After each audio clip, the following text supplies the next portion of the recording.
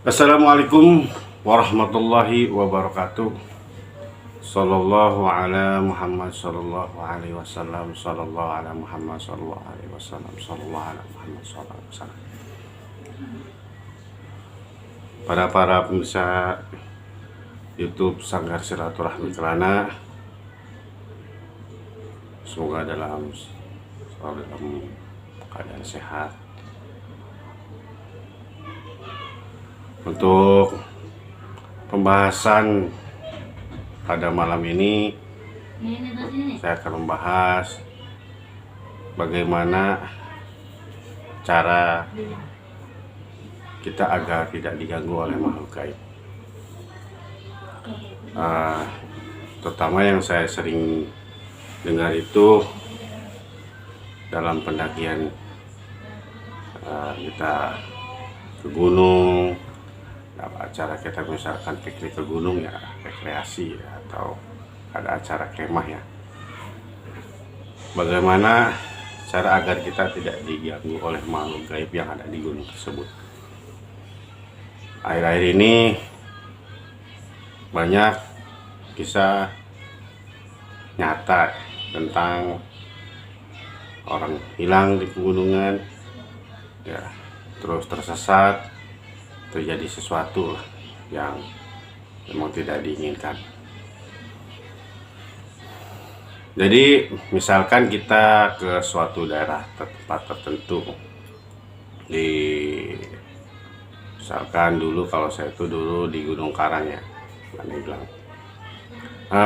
Kisahnya itu, jadi biasanya warga setempat itu memberitahu pantangan apa yang nggak boleh dilanggar, dan itu kita harus ikuti ya. Memang semua juga ya, kita nggak perlu takut dengan makhluk gaib hal seperti itu ya, kita hanya takut hanya kepada Allah.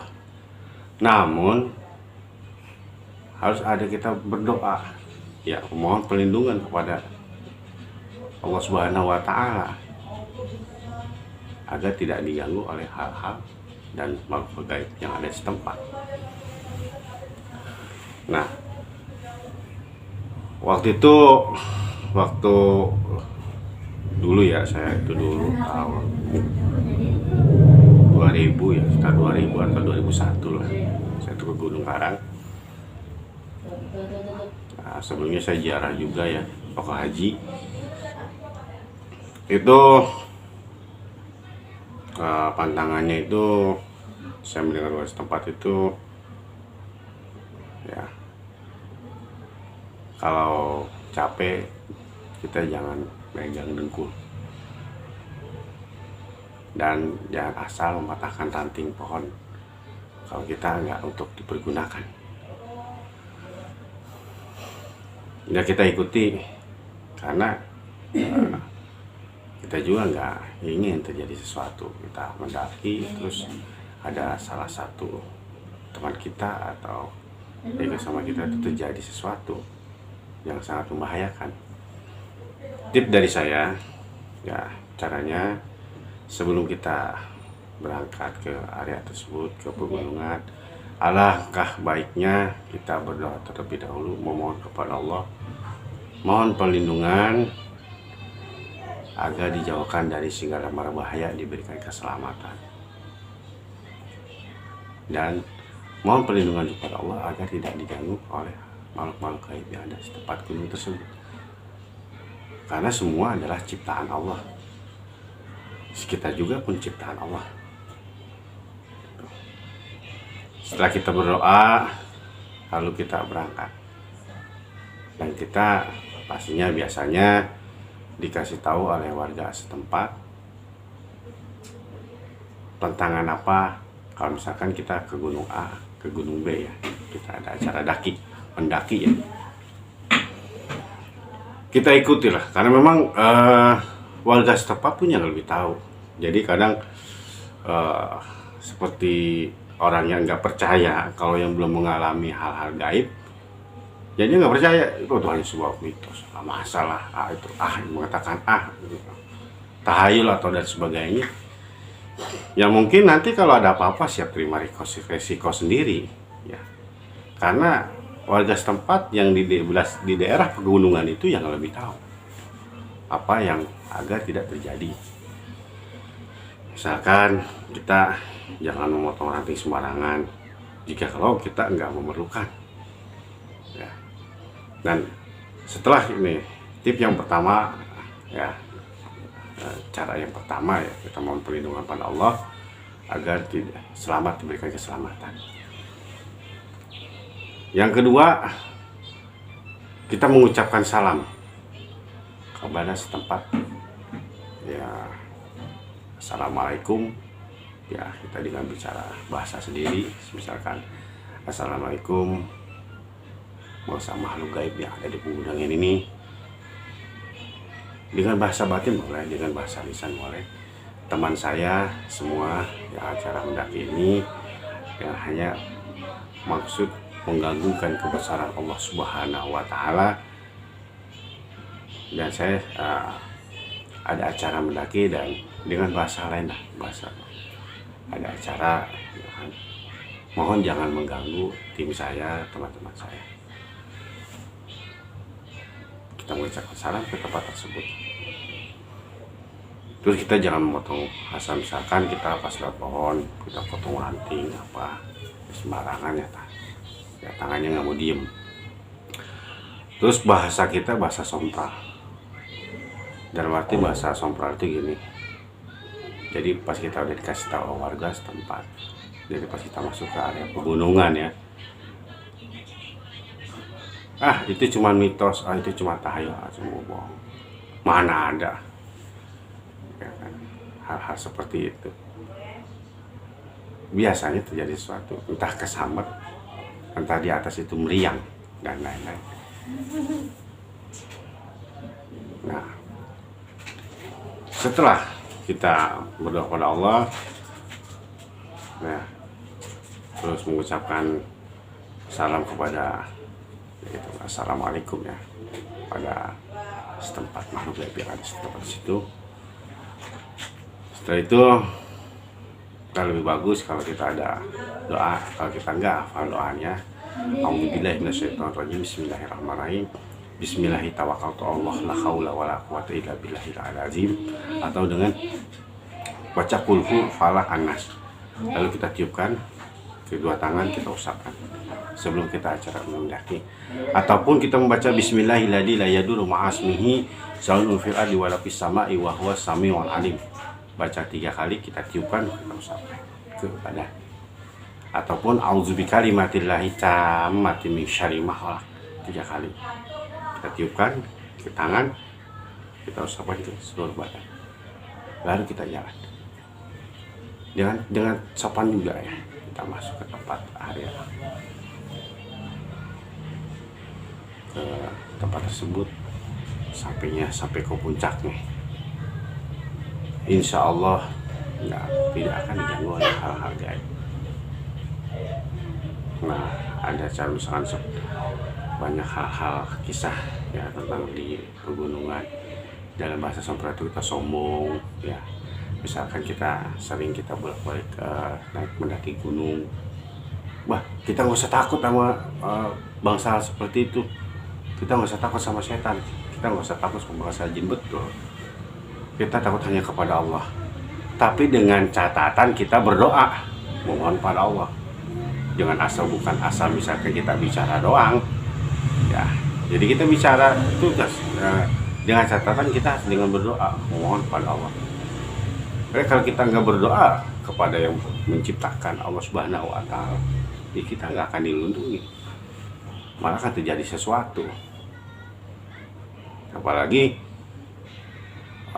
tersebut itu nggak percaya dengan hal-hal seperti itu. Nah, ya ada bagus juga, misalkan seperti kita ada acara misalkan anak ya, ada acara misalkan mendaki dengan teman-temannya. Nah, kita sebagai orang tua yang alangkah baiknya kita bacakan tuh anak doa terlebih dahulu. Bismillahirrahmanirrahim. ya kita tiupkan ke belakang kita usahakan ke anak kita.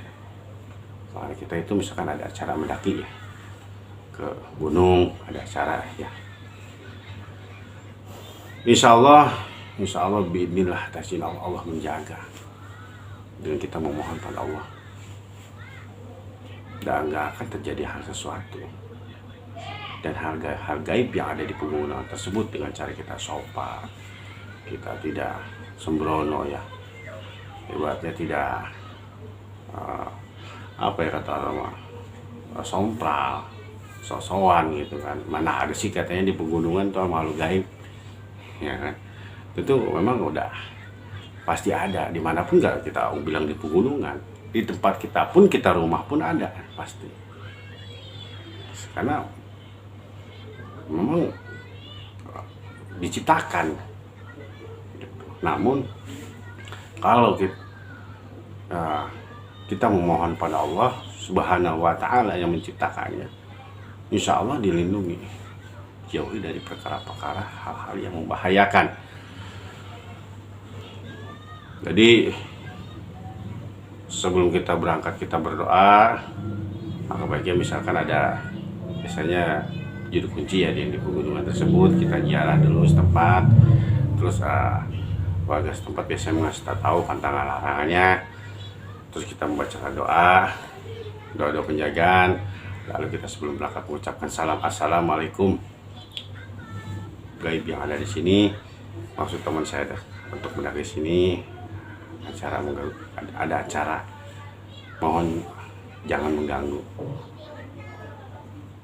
Insya Allah dengan kita mengucapkan assalamualaikum warahmatullahi wabarakatuh, insya Allah itu sebuah doa, mendoakan mereka juga.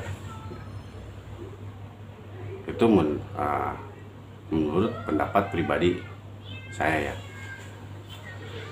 Mungkin ada lagi dengan pendapat-pendapat yang lain. Ya intinya kita mohon keselamatan, nggak diganggu oleh hal-hal gaib. Bahkan nggak ada sebenarnya yang kadang aneh ya, seperti yang kisah Gibran yang baru-baru ini ya, tiba-tiba dia tidur di kemah, tiba-tiba pas bangun itu ada di tempat yang lain. Menurut ceritanya seperti itu ya, kalau nggak salah. Nah insya Allah kalau kita sebagai misalkan kita sebagai orang tua ada acara hal seperti itu ke tempat-tempat yang ibaratnya angker lah, yang pastinya tempatnya itu ada alangkah baiknya kita berdoa dengan misalkan kita ya paling ininya kita membacakan auzubillahi minasyaitonirrajim, bismillahirrahmanirrahim, bismillahirrahmanirrahim, la haula wala quwwata illa billahil aliyyil azim. Bacakan 3 kali, tiupkan ke tangan, usapkan ke badan, insya Allah dijaga sampai kita ke atas, ke puncaknya, sampai ke bawah pun insya Allah selalu diberikan perlindungan. Nah, bagaimana kalau misalkan ya bagus ya, biasanya kalau kita ke pegunungan itu ada tanda ya, dikasih tanda pita atau apa agar kita nggak lupa jalan, atau ada pemandunya. Nah bagaimana kalau misalkan tersesat dulu kata guru saya, kita diam sejenak, kita bacakan tawasul ila hadratil Mustafa Muhammad Rasulullah sallallahu alaihi wasallam al-Fatihah, dilanjut ila hadratin Nabiullah Ilyas alaihissalam. Tersebut minta pada Allah agar kita diberikan petunjuk jalan untuk pulang, misalkan kita mau pulang tersesat di sebuah pegunungan tersebut. Lalu kita dzikir dalam hati kita atau membacakan sholawat sallallahu ala Muhammad sallallahu alaihi wasallam. Insya Allah ada sebuah petunjuk, entah itu dalam bentuk binatang mengasih tahu bahwa ini jalannya ke sini, entah dalam bentuk daun dia seperti ketebak angin menunjukkan arahnya ke sini, entah dengan cara lain diberikan petunjuk untuk kita agar tersesat. Jadi kalau kita misalkan tersesat di sebuah pegunungan, kita jangan panik, kita mohon pada Allah agar diberikan petunjuk kemana arah jalan untuk kita menuju kembali pulang. Insya Allah dibukakan. Apalagi kita misalkan ada cerita kita tersesat itu, misalkan kita udah tahu nih jalannya kiri ke sini, tapi ternyata kita hanya mutar-mutar aja di tempat-tempat itu aja. Segera kita diam sejenak, memohon pada Allah, mohon perlindungan. Ya Allah, saya mohon perlindungan padamu ya Allah, saya tersesat, mohon berikan petunjuk jalan kemana nih arah jalan pulang. Tawasul Kanjeng Nabi Muhammad SAW, Nabiullah Ilyas alaihissalam. Insya Allah diberikan petunjuk. Entah kita dalam, kita misalkan duduk, tiba-tiba ada kodok ya loncat, dia seperti memberikan sinyal bahwa ke sini jalannya. Entah dengan cara lain. Dan berarti itu nggak akan terjadi kalau kita, yang pertama kita berdoa, yang kedua kita membacakan doa-doa untuk pemagaran ya. Pemagaran seperti Bismillahirrahmanirrahim dulu diusapkan ke badan. Kita mengucapkan salam ke tempat gaib yang ada di situ, dan tidak melanggar pantangannya atau melanggar pantangannya. Terus nggak asal matakan hati sembarangan. Ya, itu nggak akan terjadi hal seperti itu. Jadi nggak melanggar, karena kita itu datang ke tempat apa namanya, tempat orang lain lah, namu lah misalnya, bertamu lah gitu ya. Insya Allah nggak akan terjadi hal seperti itu.